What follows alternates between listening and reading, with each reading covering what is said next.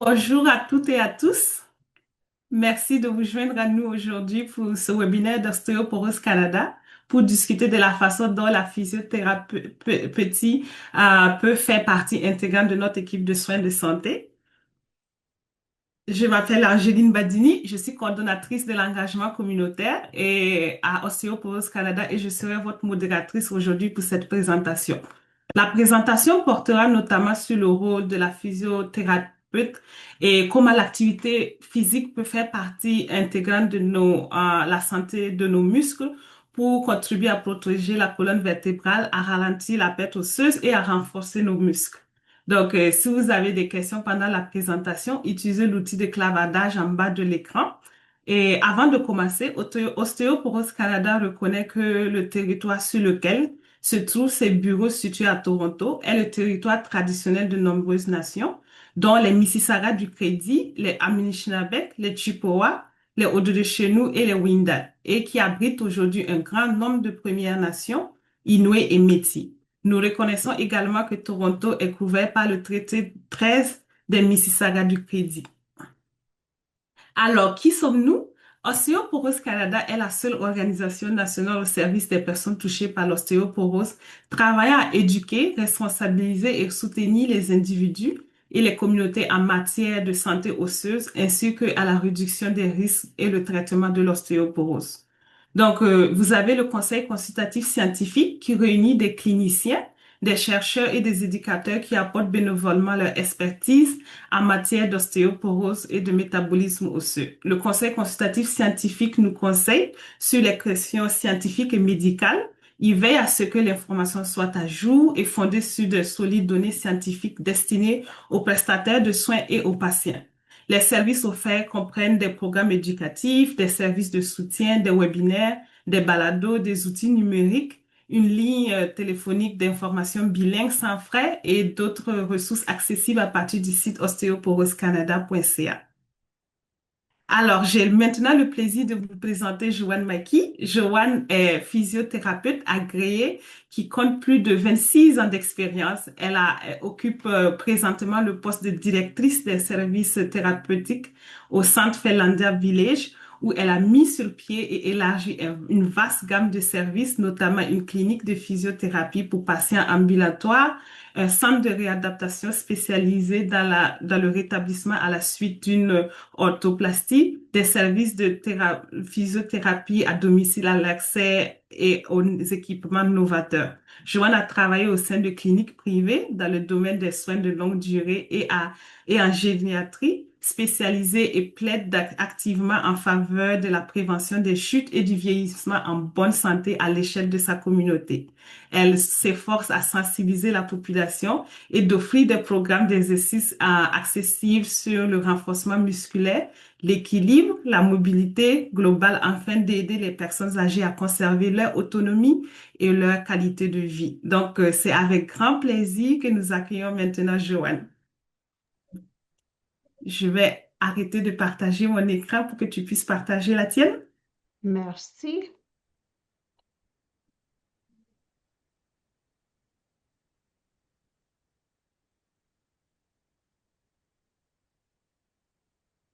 Bon, vous voyez ça? Oui, OK. Puis on m'entend bien? c'est parfait. Excellent. Bonjour. Donc aujourd'hui, je vais vous parler de la santé osseuse et musculaire et comment la physiothérapie peut vous aider à améliorer votre santé en général.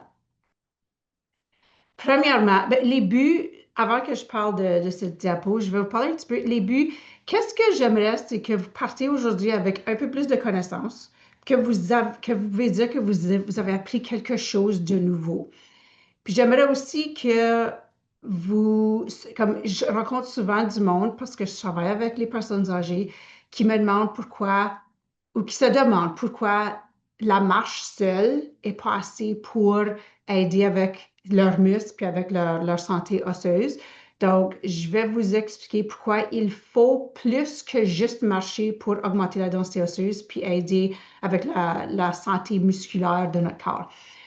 Le physiothérapeute, si vous n'avez jamais eu la chance de travailler avec un physiothérapeute, vous êtes chanceux, ça veut dire que vous n'avez probablement pas eu un mal sévère qui a nécessité de réadaptation, mais nous sommes des membres importants de l'équipe multidisciplinaire. Nous sommes les professionnels de la santé qui ont la formation la plus approfondie en matière du mouvement humain.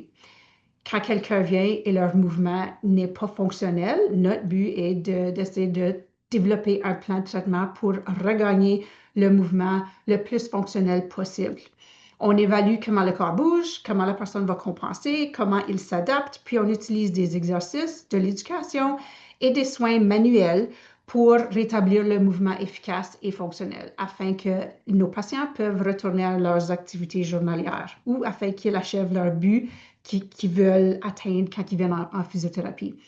L'approche physiothérapeutique garantit que le protocole de traitement et d'exercice du patient est conçu pour améliorer la marche, la montée des escaliers, le travail, les jeux avec les petits-enfants, la reprise du sport, peu importe l'âge, les buts ou qu'est-ce que la personne veut faire, on peut adapter notre traitement pour s'assurer que notre plan va du mieux qu'on peut atteindre ces buts-là et ces objectifs-là.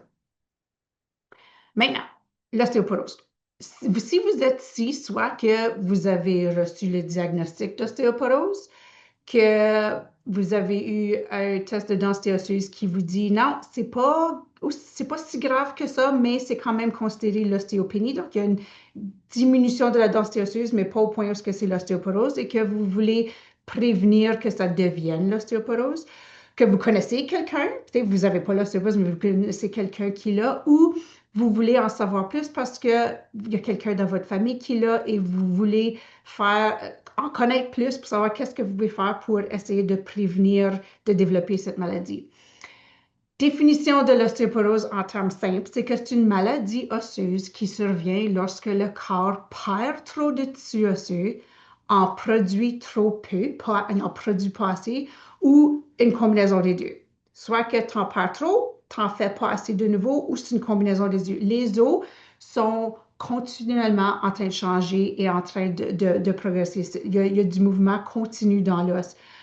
On va parler un petit peu plus dans le prochain paragraphe qu'est-ce qui se passe là, mais par conséquent, lorsque il y a une maladie aux os, les os vont s'affaiblir, puis ça peut résulter dans une fracture à la suite d'une chute, donc tomber, fracturer une hanche ou une vertèbre, un poignet, ou dans les cas les plus graves, un éternuement ou un choc mineur. Ceux qui ont l'ostéoporose sévère peuvent avoir une fracture de le corps de la colonne vertébrale avec un éternuement ou un petit choc comme tomber, s'asseoir sur une chaise qui est un petit peu trop bas, qui s'en attendait pas que c'était pour les bas comme ça, puis tomber un petit peu plus dur que d'habitude, spécialement si dans une position arrondie, c'est possible. Donc, les fractures vont main en main avec l'ostéoporose. Puis c'est ça, la plupart du monde qui ont le diagnostic, c'est ça la première peur, c'est de tomber et de possiblement avoir une fracture. Donc, nous allons parler aujourd'hui au sujet de choses que vous pouvez faire pour essayer de diminuer votre risque de chute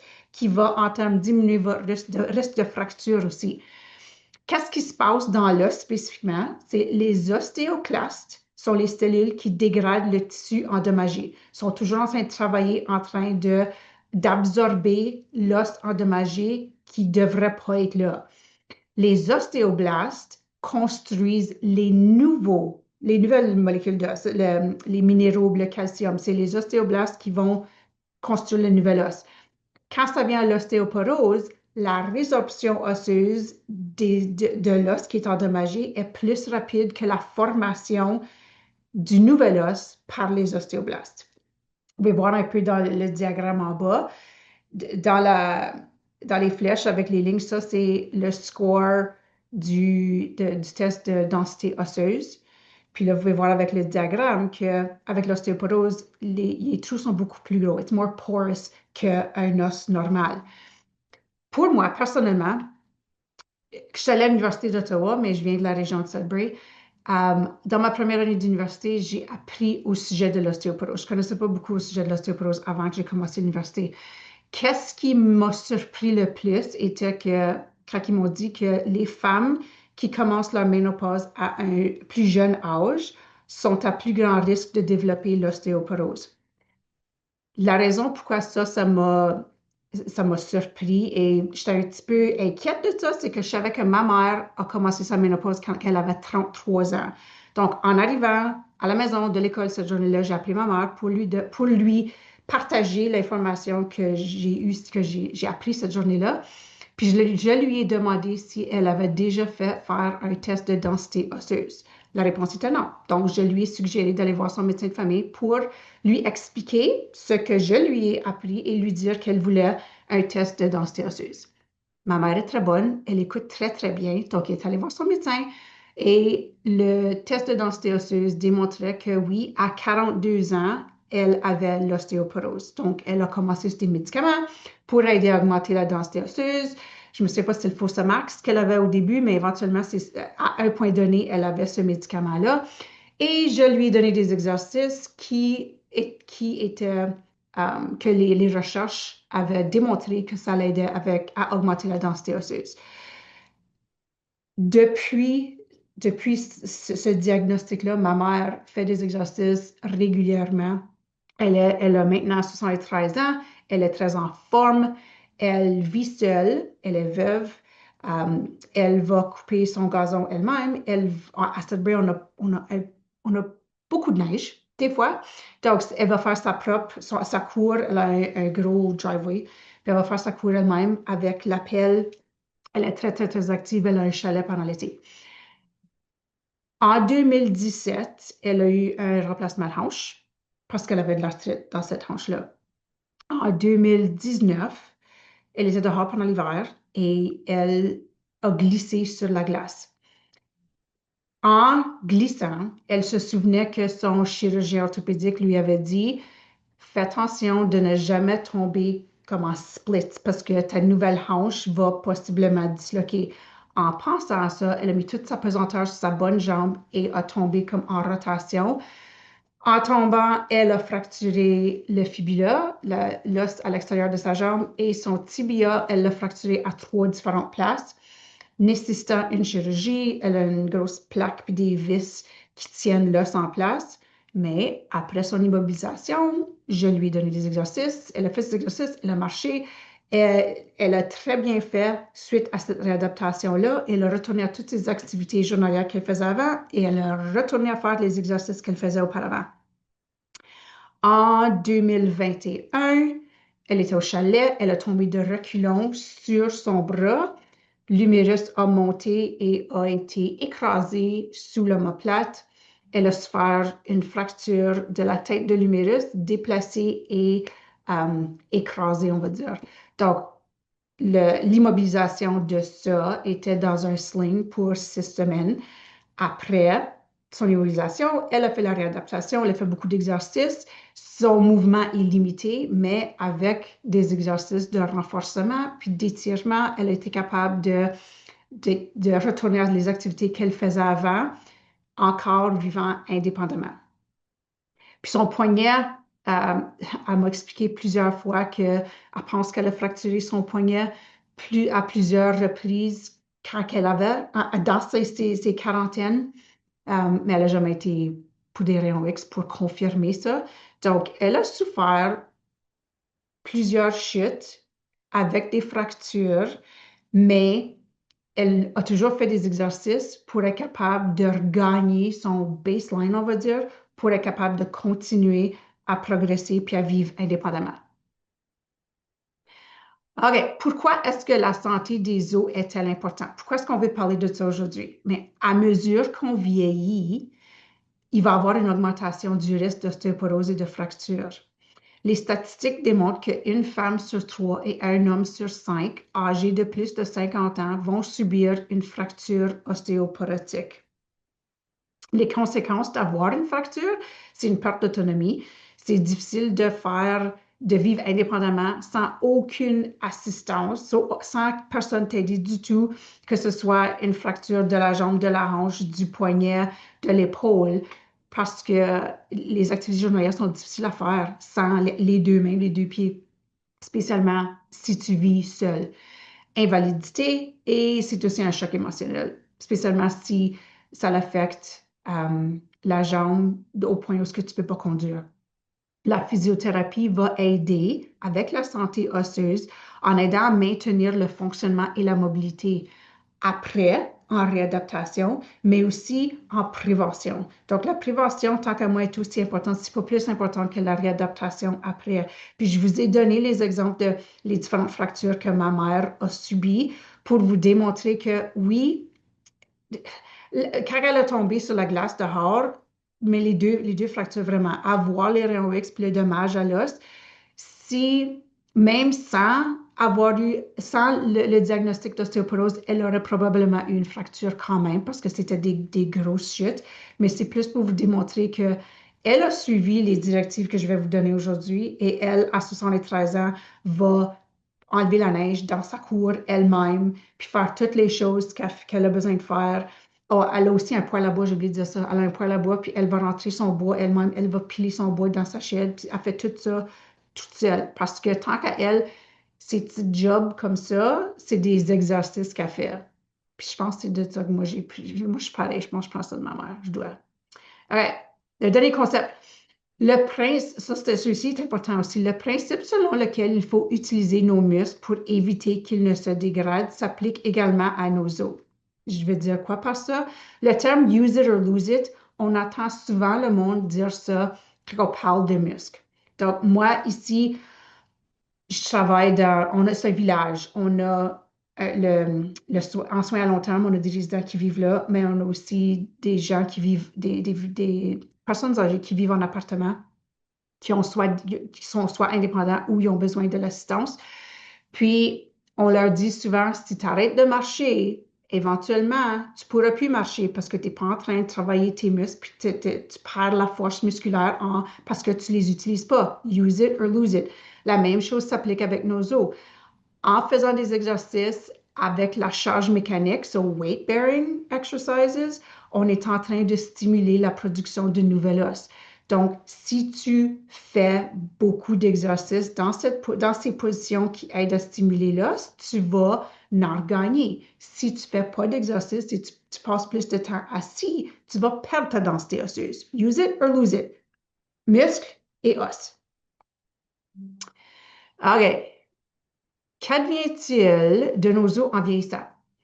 À mesure qu'on vieillit, il y a une diminution naturelle de la densité osseuse avec l'âge. Ça commence à l'âge de 30 ans. Il y a des changements hormonaux aussi avec la diminution de testostérone et d'estrogène. Ça va affecter la densité de nos os. Réduction de l'activité physique, comme on a mentionné tantôt. À mesure qu'on vieillit, on devient de moins en moins actif. On participe moins dans des sports, on fait moins d'exercices, après la retraite, on a plus de temps à relaxer, lire des livres, faire des choses comme ça. À mesure que notre activité physique réduit, on est en train de diminuer la charge mécanique sur les os aussi. Donc, c'est important de se souvenir de ça quand on pense à la santé des os en vieillissant. Il y a aussi un changement dans l'absorption des nutriments chez les personnes âgées.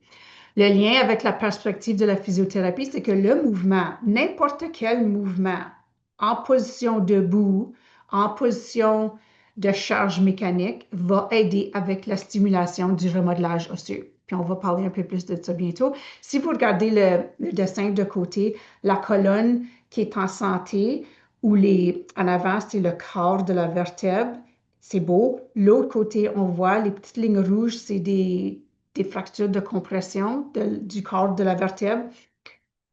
Que la personne soit toujours dans une position courbée, juste pour quelle raison, pour n'importe quelle raison, si quelqu'un est toujours dans la position courbée et ils ont l'ostéoporose, éventuellement cette position-là, puis la pesanteur de la tête et des bras sur la colonne peut causer des compressions de fractures spontanées, comme ça, ou quelqu'un qui a l'ostéoporose qui, on va dire, tombe de reculons sur les fesses dans cette position-ci, ça peut causer une compression de la vertèbre comme dans le dessin et ça peut résulter dans une posture courbée après la chute.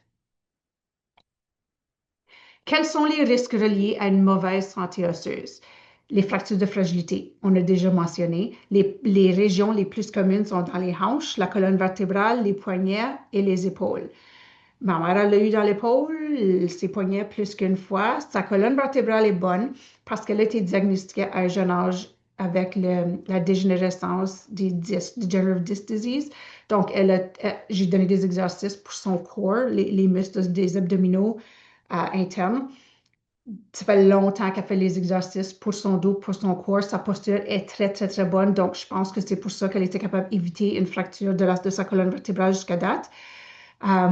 Puis la hanche, elle n'a jamais eu la chance parce que, comme j'ai dit, elle a eu le premier remplacement en 2017, puis en 2022, l'autre hanche s'est fait remplacer. Donc, en ce moment, les hanches sont correctes. Oups! Il y a une autre complication ou des risques reliés à la mauvaise santé osseuse, c'est des chutes et des fractures. La santé des os et l'équilibre vont de pair. Si l'équilibre est diminué, tu augmentes ton risque de tomber. Si tu tombes, puis tu as l'ostéoporose, parce que ton équilibre n'est pas bon, les chances sont que tu vas avoir une fracture. Donc, les chutes, les fractures, ça va main en main. La santé des os et l'équilibre va aussi main en main. L'incidence fonctionnelle d'avoir une chute, c'est que c'est pas juste un os de cassé, mais c'est une perte de confiance en soi. Puis ça, c'est le cercle vicieux qu'on entend souvent. La personne tombe, ça fait mal, ils vont bouger moins, comme il va y avoir une immobilisation quelconque après une chute, spécialement s'il y a une fracture. Il va y avoir une faiblesse musculaire reliée à l'immobilité. Les muscles sont faibles, donc c'est difficile à faire les choses qu'on faisait avant. Je ne vais pas aller prendre une marche dehors parce que là, je me sens pas assez forte. Je pense pas que je vais être capable de me rendre 2 blocs de chez nous. Puis là, ben, la dernière fois que je suis allée dehors, c'était là où j'ai tombé. Comme ça, là, j'ai peur d'aller dehors parce que j'ai peur que je vais tomber encore. Comme ça, je ne vais pas faire les activités que je faisais avant parce que j'ai peur, mais j'ai la faiblesse. Puis là, c'est le cercle vicieux qui fait que tomber une fois, c'est pour cette raison-là que tomber une fois, c'est le numéro un prédicteur, on va dire, d'une prochaine chute. Comme ça, si on demande c'est quoi les risques possibles ou les causes de chute, avoir tombé une fois est numéro un sur cette liste-là. Que pouvons-nous faire à cet égard? Nos os il va y avoir des changements à mesure qu'on vieillit. La densité osseuse, on a parlé de ça. Qu'est-ce qui se passe dans l'os? Comme du niveau microscopique, qu'est-ce qu'on peut faire pour en sortir ou prévenir si on n'a pas encore reçu le diagnostic d'ostéoporose? Avant qu'on parle d'exercice, on va parler un petit peu mode de vie et éducation.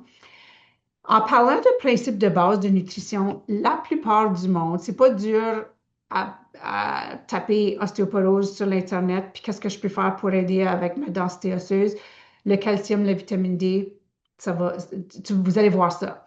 Des suppléments ou manger de la nourriture qui a des niveaux élevés de calcium et de vitamine D vont aider avec la densité osseuse. Oui.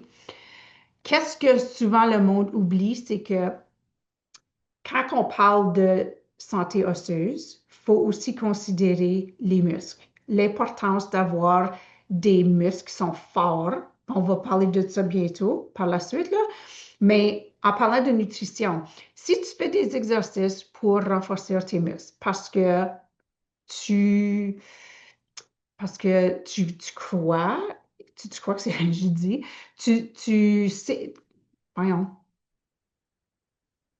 si tu fais des exercices pour renforcer tes muscles, parce que tu comprends que c'est important d'avoir des muscles qui sont forts, faut être capable de les nourrir avec les protéines.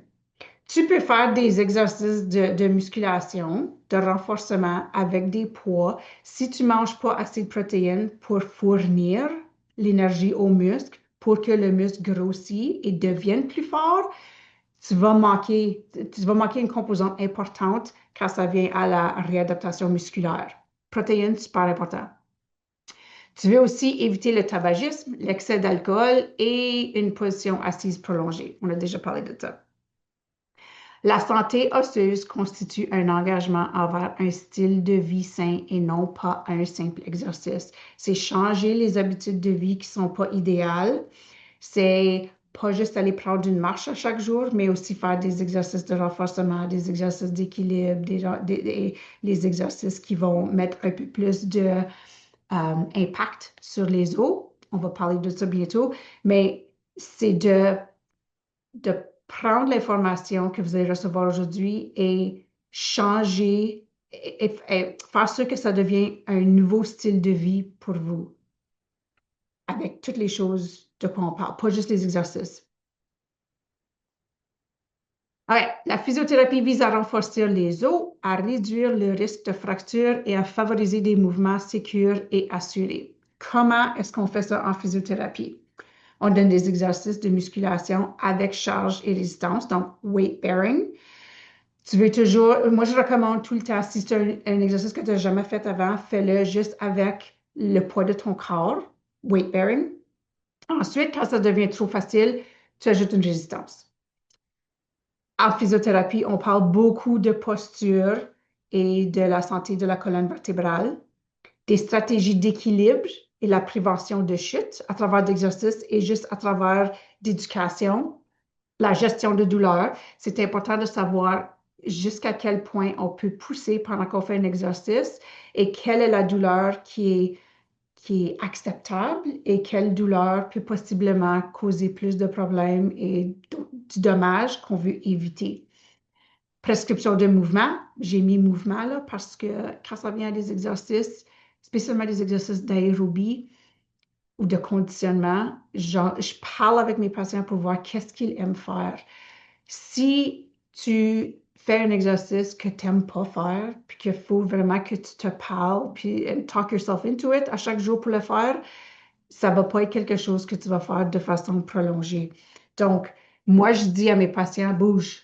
En tant que tu bouges, honnêtement, ça me fait rire. Qu'est-ce que tu fais? Mais il faut que tu bouges, il faut que tu fais quelque chose. Si tu sens ton pouls, ton rythme cardiaque augmenter, puis tu as un petit peu de difficulté à chanter, tu es à un niveau où tu es en train de travailler ton corps pour aider ta santé cardiaque et respiratoire.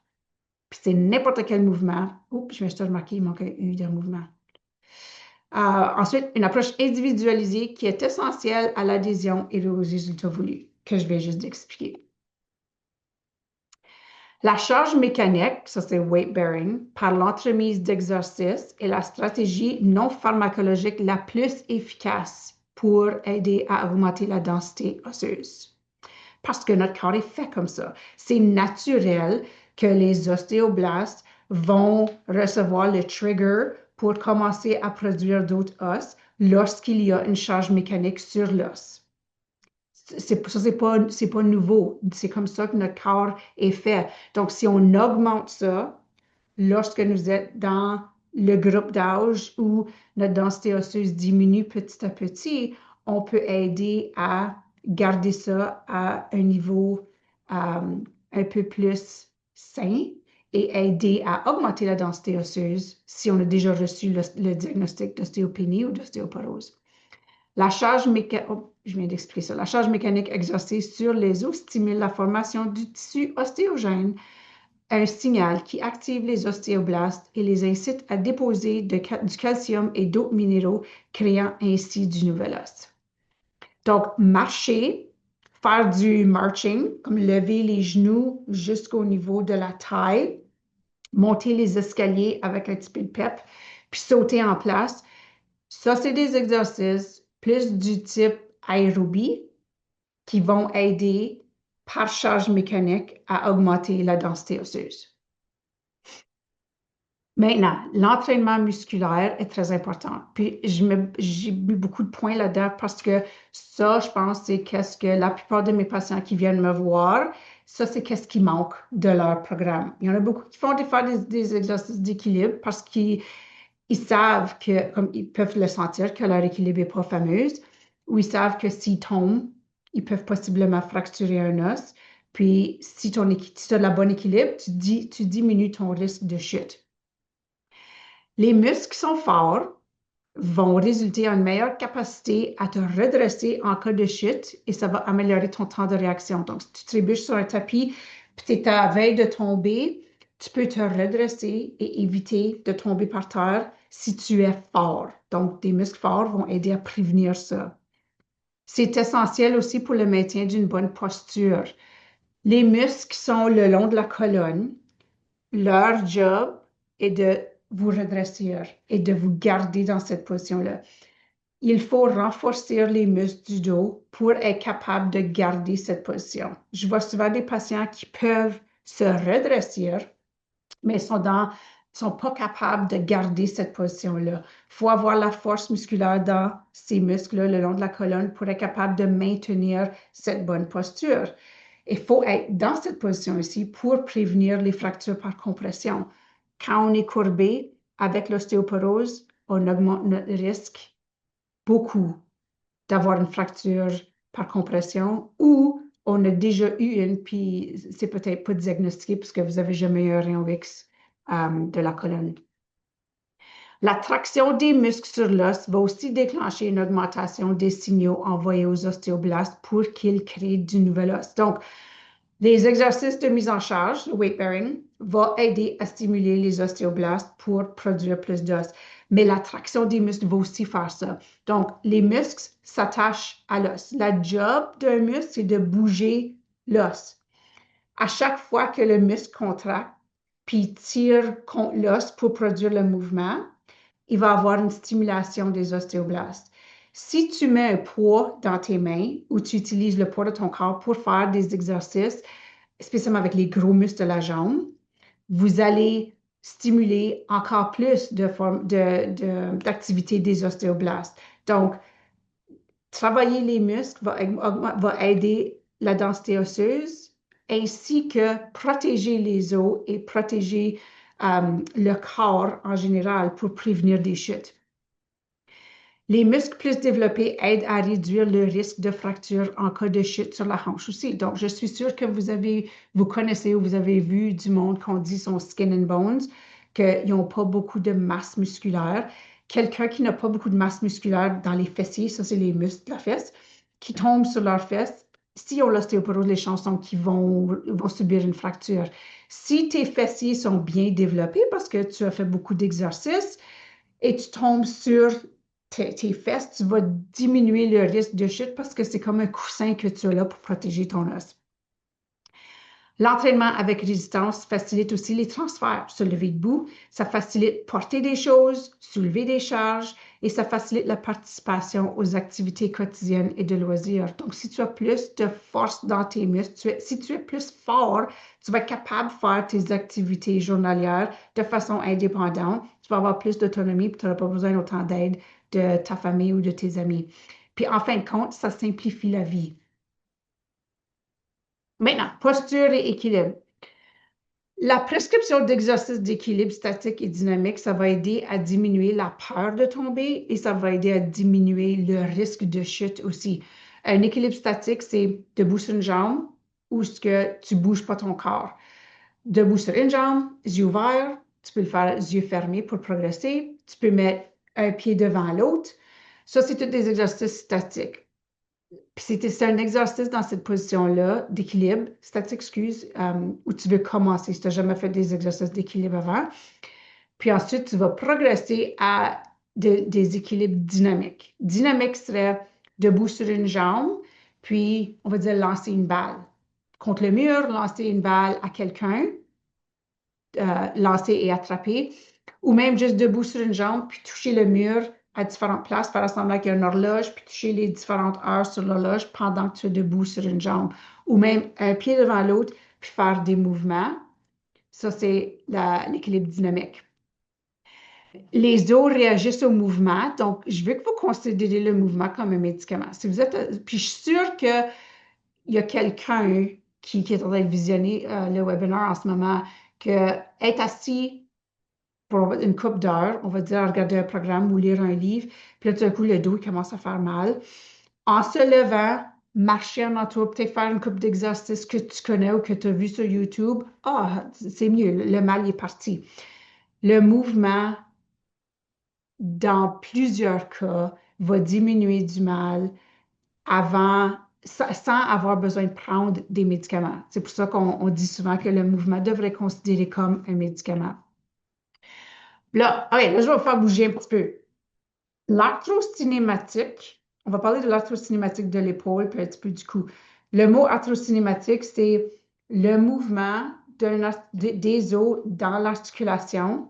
Qu'est-ce qui se passe aux os dans l'articulation pendant le mouvement? L'épaule est le plus facile des exemples à vous donner. Fais semblant que ça, c'est mon humérus, c'est la tête de l'humérus. Ça, c'est l'omoplate. Ici, c'est l'acromion qui passe, comme qui dépasse sur le bord. Afin d'avoir un plein mouvement de l'épaule, il faut que la tête de l'humérus soit capable de glisser par en haut, par en bas, en avant, par en arrière, puis faire un spin. Sans ces mouvements-là, on ne peut pas atteindre une pleine amplitude de mouvement. La posture affecte l'arthrokinématie. Si ta posture n'est pas bonne, les os dans l'articulation ne vont pas être capables de bouger comme sont supposés pour te permettre d'avoir ton plein mouvement. Si vous regardez en haut, le monsieur avec le rouge, comme vous voyez, il est penché par en avant. Celui qui a le vert sur sa tête, lui, est dans une bonne posture. Faites semblant que vous êtes le monsieur qui a le rouge par-dessus sa tête. Donnez-moi votre meilleure mauvaise posture avec la tête par en avant puis les épaules, le dos courbé. Dans cette position de dos courbé, je veux que vous levez vos bras. OK? Puis, je veux juste que vous réalisez jusqu'à quel point vous êtes capable de lever vos bras pendant que vous êtes dans votre position arrondie. Et là, baissez vos bras. Là, je veux votre meilleure posture, comme le monsieur avec le vert sur sa tête, les épaules par en arrière, la tête alignée. Là, je veux que vous faites la même chose. Levez vos bras. Vous devrez être capable d'amener vos bras beaucoup, beaucoup plus loin quand vous êtes en bonne posture comparé à quand vous étiez assis avec les épaules par en avant, le dos arrondi. La raison pour ça, c'est que quand les épaules sont par en avant, on est en train de diminuer l'espace entre les deux os, qui fait que lorsqu'on lève nos bras, l'os devient coincé, puis il ne peut pas glisser par en bas comme il est supposé. Dans la bonne position, l'humérus monte jusqu'ici, il glisse par en bas, puis ça permet à ton humérus d'aller jusqu'en haut parce qu'il y a assez de clearance là, parce que l'articulation est en alignement. Aussitôt que tu viens dans cette position ici, l'alignement est perdu, donc il va y avoir un blocage.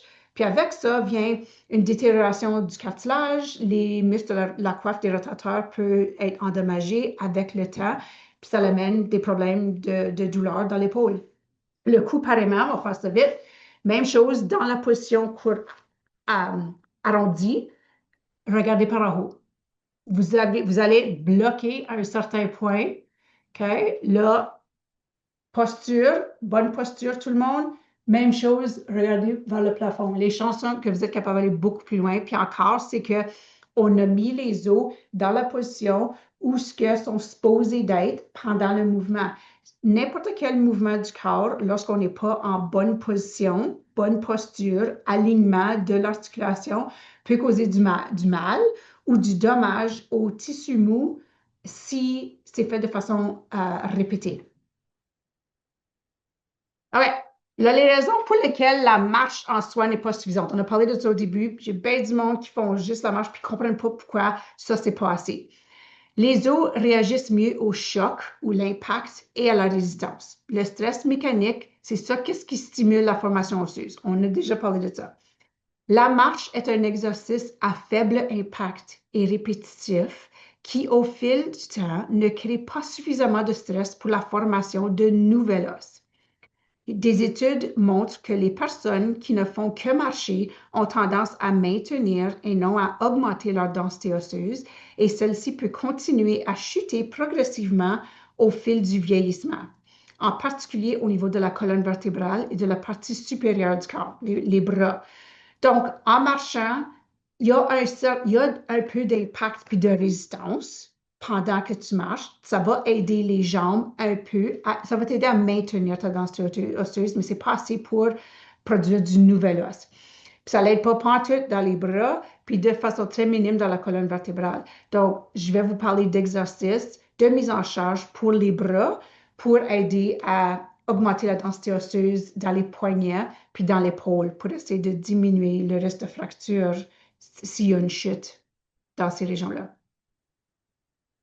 OK, les exercices. Voilà le programme que je recommande à tout le monde qui vient me voir. Puis je vais être honnête, ostéoporose ou non. Parce que, comme on a dit tantôt, je travaille avec des personnes âgées. La plupart de mes patients ont 55 ans et plus, puis on a plusieurs qui sont dans leur centaine.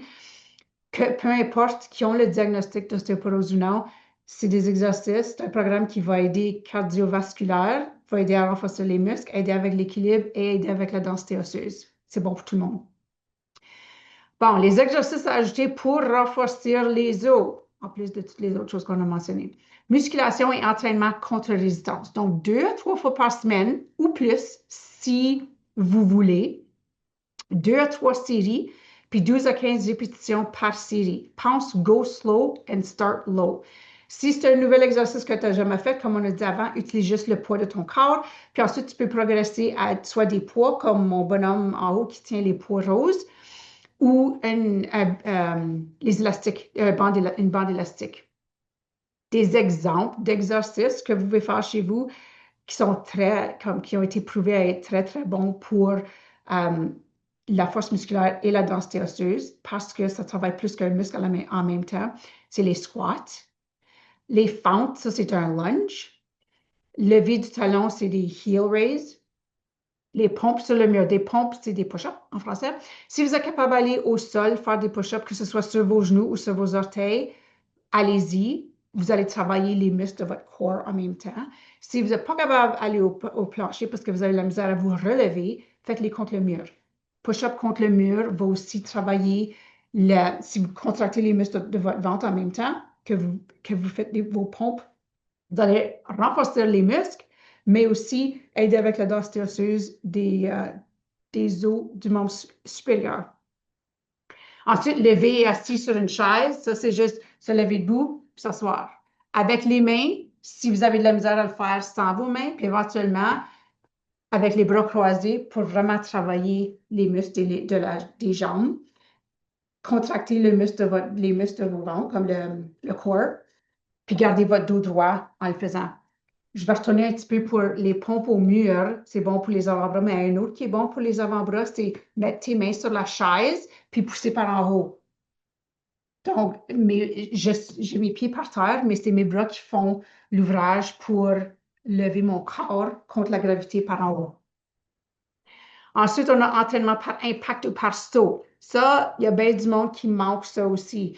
Mais c'est seulement si ça ne présente pas un danger pour vos articulations. Donc, quelqu'un qui a de l'arthrite sévère dans les genoux, les hanches ou même le dos, vont peut-être pas être capable de faire ça. C'est correct. Je veux pas que je veux pas que par la fin de votre programme d'exercice, vous avez plus de mal. Puis, il ne faut pas rempirer le genou at the expense of something else. Okay? Donc, il faut toujours écouter à votre corps. Si c'est quelque chose qui fait trop mal, arrêtez. Si vous n'êtes pas sûr, trouvez un physiothérapeute. Ceux qui sont certifiés, qui sont Bone Fit Certified, ils ont passé à travers la formation d'Ostéoporose Canada. Donc, ils connaissent quoi éviter, puis quelles sont les contre-indications. Donc, ils vont être capables de vous donner un programme spécifique. Mais c'est des courtes périodes de saut. Puis courte période, c'est comme 30 secondes à 1 minute au début, puis à la fin. Juste sauter en place, faire la corde à sauter, ou même faire comme imaginaire, faire semblant que tu as une corde, quand tu es en train de travailler les muscles de tes bras en même temps. Grimper les escaliers, encore avec un petit peu de pep, comme mon couple dans le deuxième petit carré, là. Pas courir, parce que je ne veux pas que tu trébuches puis tu tombes, mais monter les escaliers un petit peu plus vite. Toutes ces petites choses-là pour 1 minute, ou même à chaque fois que tu montes les escaliers, si tu en as juste 3 ou 4 à faire, puis tu as un barreau à tenir, que tu fais un petit peu plus vite quand tu le fais, ça va être assez pour une journée pour te donner ton entraînement par impact. Ça va aider avec la stimulation osseuse. Ensuite, l'entraînement à l'équilibre et à la posture. On a le yoga, le tai chi, puis des exercices d'équilibre qu'on a déjà mentionnés, statiques ou dynamiques. Le tai chi, j'adore parce que c'est debout, c'est des mouvements qui sont lents, graduels, puis il y a toujours un shift comme un weight shift d'une jambe à l'autre qui te permet de ramener ton corps au centre, où le centre de gravité est dans ta base de support. Donc, ça permet une fluidité de mouvement. Les articulations aiment ces mouvements-là d'oscillation. Ça l'aide avec la formation de liquide synovial. Puis, c'est un exercice excellent pour l'équilibre en même temps. Le yoga, il faut faire attention. Si vous avez de l'ostéoporose sévère, spécialement dans la colonne vertébrale, il y a certaines poses de yoga que vous devrez éviter. Ma première madame là, avec les culottes roses, son extension dans le bas du dos est extrême. Si tu as l'ostéoporose dans la colonne, je pense pas que tu serais capable de te mettre dans cette position-là, puis je voudrais pas. Ça serait pas recommandé de faire cette pose-là. Lever ta jambe, oui, mais aller dans un arch extrême, non. Pareil comme aller dans une position où ton dos est complètement arrondi, que je pense qu'ils appellent ça le camel, si vous faites du yoga, est aussi une position de yoga qui n'est pas recommandée si vous avez l'ostéoporose de la colonne. N'importe quelle position où ce que vous êtes à l'extrême de courbure de la colonne, à l'extrême d'extension par en arrière ou extrême de rotation ou n'importe quelle de ces trois positions-là qui est fait vite. Donc, si c'est trop vite ou trop à l'extrême, c'est pas recommandé. La troisième madame qui fait le yoga aussi, cette position-là, d'habitude, quand tu es dans une position de yoga avec ta main sur le plancher, le bras est par en haut, puis vous regardez le plafond. Elle la regarde par en avant comme ça. Elle ne la fait pas au complet. Si on visualise, elle, faire une rotation complète vers la gauche, ça encore, c'est une position qui n'est pas recommandée pour quelqu'un qui a l'ostéoporose dans la colonne vertébrale. Mais le yoga est quand même un bon programme qui va aider avec la flexibilité et la fluidité de mouvement. Il faut écouter à son corps, puis il ne faut pas se pousser aux limites. Quand tu commences à sentir quelque chose qui est juste pas correct, t'arrêtes. Ou, qu'est-ce qui est plus, nous autres, ce qu'on fait ici, c'est on a le chair yoga. Donc, c'est des poses de yoga qui ont été modifiées, qui sont faites dans la chaise, parce que la plupart de nos personnes âgées qui viennent à faire des exercices avec nous, ils n'ont pas l'équilibre pour être ou la flexibilité pour se mettre dans certaines de ces positions-là. Donc, on le fait dans la chaise. Puis, il y a beaucoup de programmes sur YouTube qui démontrent des vidéos de chair yoga qui seraient aussi bons à faire. Ouais, le message à retenir, enfin, la marche est bénéfique pour maintenir la santé des os, mais elle n'est pas suffisante en soi pour augmenter la densité osseuse. Les meilleurs résultats sont obtenus en combinant la marche à des exercices de musculation, à des exercices à impact et à des exercices d'équilibre. Combinez le tout. Si vous voulez plus d'informations, ostéoporose.ca en a plein. Too Fit to Fracture est aussi une bonne ressource. Ils ont plein d'exercices. Puis ils ont aussi, j'ai trouvé ça. Ça, c'est une page sur le site. Si tu juste écrire Too Fit to Fracture, puis ils vont donner des exemples d'exercices d'équilibre, de renforcement, quel sport qu'ils recommandent, puis comment faire des activités journalières en gardant en tête euh, la, en gardant en tête le spine safety. Okay? Comme ça, on pense toujours à notre dos puis comment bien faire les positions à prendre pour faire sûr que la posture est bonne. Puis il y a aussi des vidéos sur YouTube qui ont plein d'exercices d'ostéoporose. Mais maintenant, vous avez reçu l'information au sujet de In a Nutshell. En général, un programme d'exercice devrait avoir ça et les raisons pour lesquelles. Puis là, vous allez aller fouiller sur YouTube ou sur le site d'ostéoporose. Ils ont des vidéos d'exercice là aussi pour voir qu'est-ce qui vous intéresse le plus. Parce qu'il faut que ce soit quelque chose que vous aimez faire ou bien vous n'allez pas continuer. Ça, je le vois tout le temps avec mes patients. C'est tout. Merci pour votre attention. Merci beaucoup, Joanne, pour cette présentation riche en contenu. Nous avons le temps pour prendre quelques questions dans le chat. La première question pour toi, Joanne, c'est peut-on faire du vélo stationnaire au lieu de marcher dehors à cause de l'hiver? Ouais, faire du vélo, je mettrais ça dans la même catégorie que aller à la piscine, faire la natation. La natation, le vélo, c'est des exercices qui sont excellents pour la santé du cœur, du poumon, mais à cause c'est pas un exercice où vous êtes debout ou qu'il y a une charge mécanique, ça va pas aider la densité osseuse. Donc, oui, c'est un exercice qui est excellent. Si tu n'es pas capable d'aller dehors parce que c'est l'hiver, aller prendre une marche sur la neige, la glace, c'est dangereux. Tu peux faire ton exercice de cardiovasculaire sur la bicyclette, mais il faut incorporer des exercices de charge mécanique et de saut avec impact, même si c'est juste 30 secondes, une minute à sauter sur place pour aider avec la densité osseuse, parce que tu ne vas pas avoir ça quand tu vas en vélo ou à la piscine en natation. Merci. Il y a aussi des commentaires qui félicitent beaucoup votre mère. Donc, merci d'avoir partagé son expérience. Je pense que ça motive bien le monde dans le webinaire aujourd'hui. L'autre question, c'est quel mouvement on ne devrait pas effectuer? Par exemple, un entraînement musculaire avec charge si on a l'ostéoporose à la colonne vertébrale. Ouais, ça, euh, quand on parlait du yoga, j'en ai parlé un petit peu, c'est les extrêmes de mouvement comme de flexion de la colonne, extension de la colonne, puis de rotation.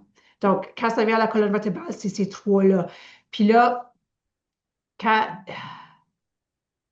ouais, ça, c'est les trois pour la colonne vertébrale. Je peux pas vraiment penser à d'autres mouvements comme pour la hanche, l'épaule ou le poignet. Parce que comme j'ai dit tantôt, c'est tout relié à la posture.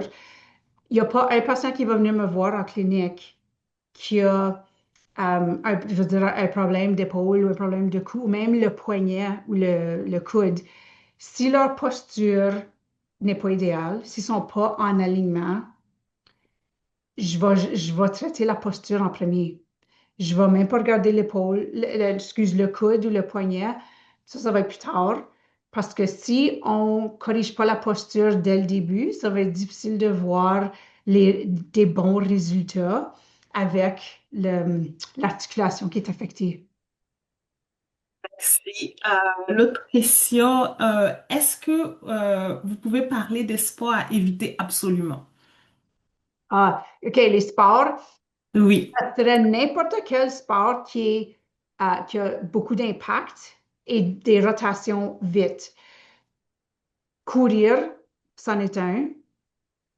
Mais là, il faut aussi prendre ça comme with a grain of salt. Si tu as toujours couru, si la course, le jogging a toujours été un exercice cardiovasculaire que tu as fait, puis là, soudainement, tu as le diagnostic d'ostéoporose. Si qu'est-ce qui te manque, c'est le renforcement musculaire, incorporer le renforcement musculaire, puis peut-être juste être un petit peu plus easy avec ta course, comme faire 10 minutes à distance ou le temps que tu cours dehors, tu devrais être correct. Euh, N'importe quel sport où ce que tu dois sauter, c'est pas recommandé. N'importe quel mouvement qui est vite, comme des rotations vite, comme le tennis. Le golf, si tu es très, on va dire, compétitif. Parce que j'en ai des patients qui vont quand même golfer, mais quand ils font leur swing, il n'y a pas beaucoup de rotation dans leur colonne du tout. Sont en train de compenser à travers de leur hanche. Donc, si le mouvement n'est pas extrême dans la colonne, ça va être correct.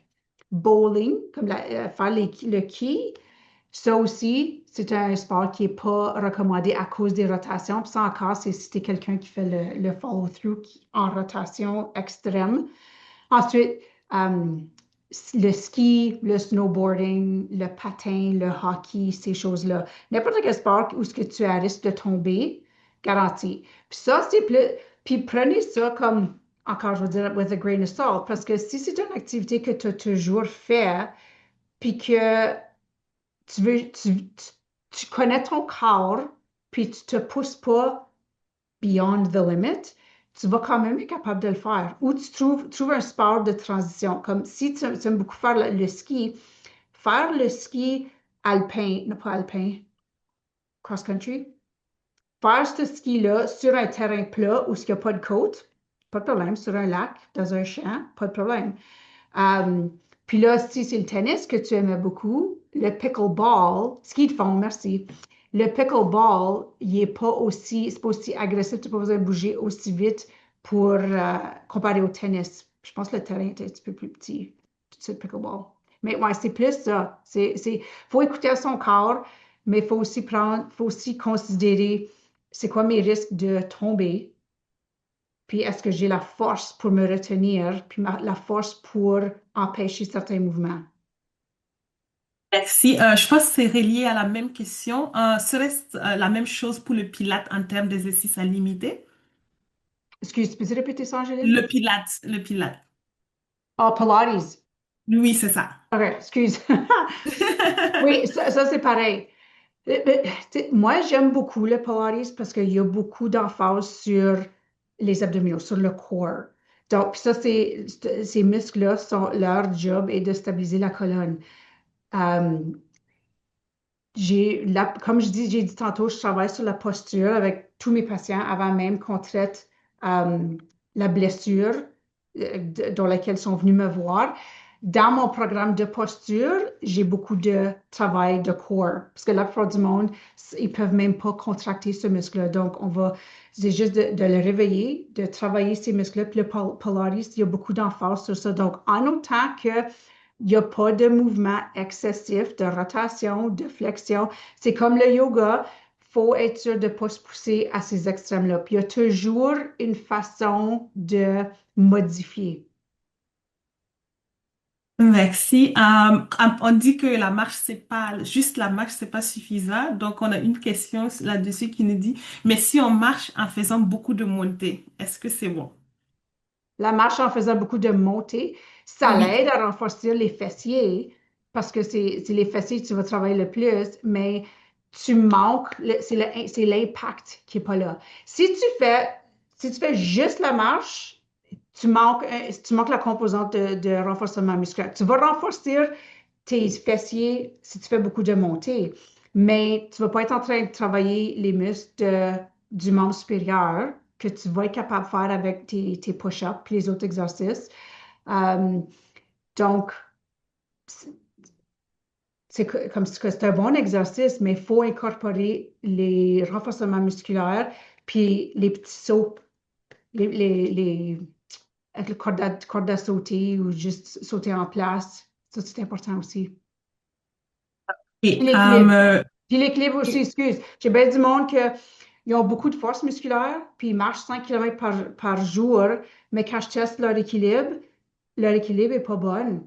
Parce que si tu ne te mets pas dans une position où tu as de la misère à rester debout sur un pied, puis c'est challenging, que tu vois que ton corps il bouge, tu es en train de te ramener au centre, tu n'es pas en train de travailler le muscle avec le but d'améliorer ta posture. Pas ta posture, excuse, ton équilibre. Donc, tu peux renforcer des muscles avec des poids, comme tes jambes. Tu peux faire des squats, tu peux faire des leg press.